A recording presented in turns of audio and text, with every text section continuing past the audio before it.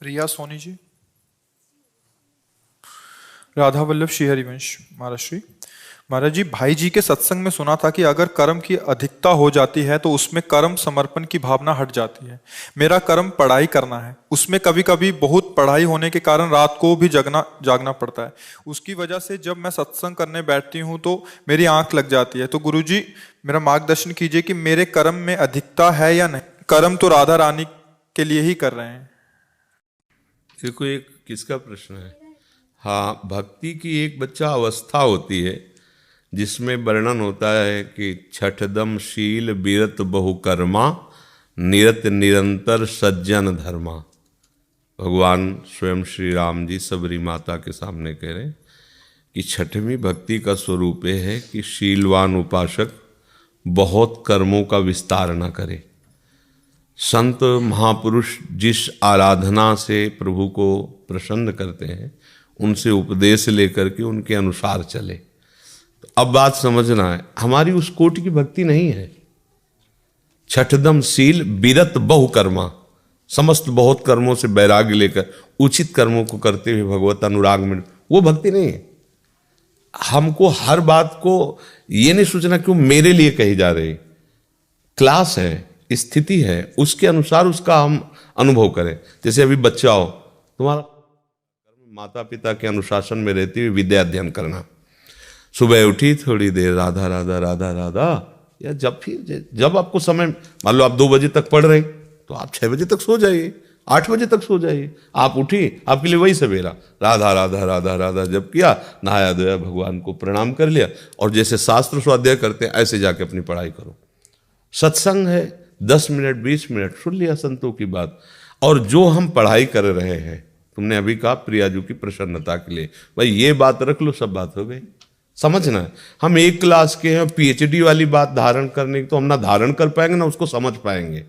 छठदम शील बीरत बहुकर्मा निरत निरंतर सज्जन, छठवीं भक्ति। और हमारी अभी तो प्रारंभिक भक्ति भी नहीं है। तो आप अभी बच्चे हो, भक्ति का भाव रखो। प्रियालाल के हम आश्रित हैं, थोड़ा नाम जप कर लीजिए। और अब मान लो पढ़ाई में बार बार नाम जप करने की वृत्ति रखोगे तो फिर उसे समझ कैसे पाओगे?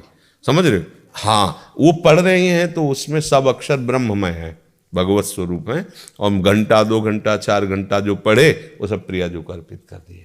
पढ़ लिख करके जो भी पद मिला, सेवा मिली, उसको हम प्रियाजू के परिवार मान करके और उनकी सबकी सेवा करें। मतलब पति है, परिवार के सदस्य हैं, अर्थ कमा रहे हैं, उनको सुख पहुंचा रहे। नहीं अर्थ कमा रहे, पढ़े लिखे हैं, हमें पता है किसके साथ कैसा व्यवहार करना चाहिए। ऐसे ये सब मंगलमय है। उससे संसारिकता की तरफ ना ले जाए और ना बहुत वैरागी की तरफ ले जाए। प्रवृत्ति मार्ग के पथिक को समझना चाहिए कि हमारा मार्ग क्या है। बहुत सहज में, कोई परेशानी नहीं। समझ पा रहे हो आप जी?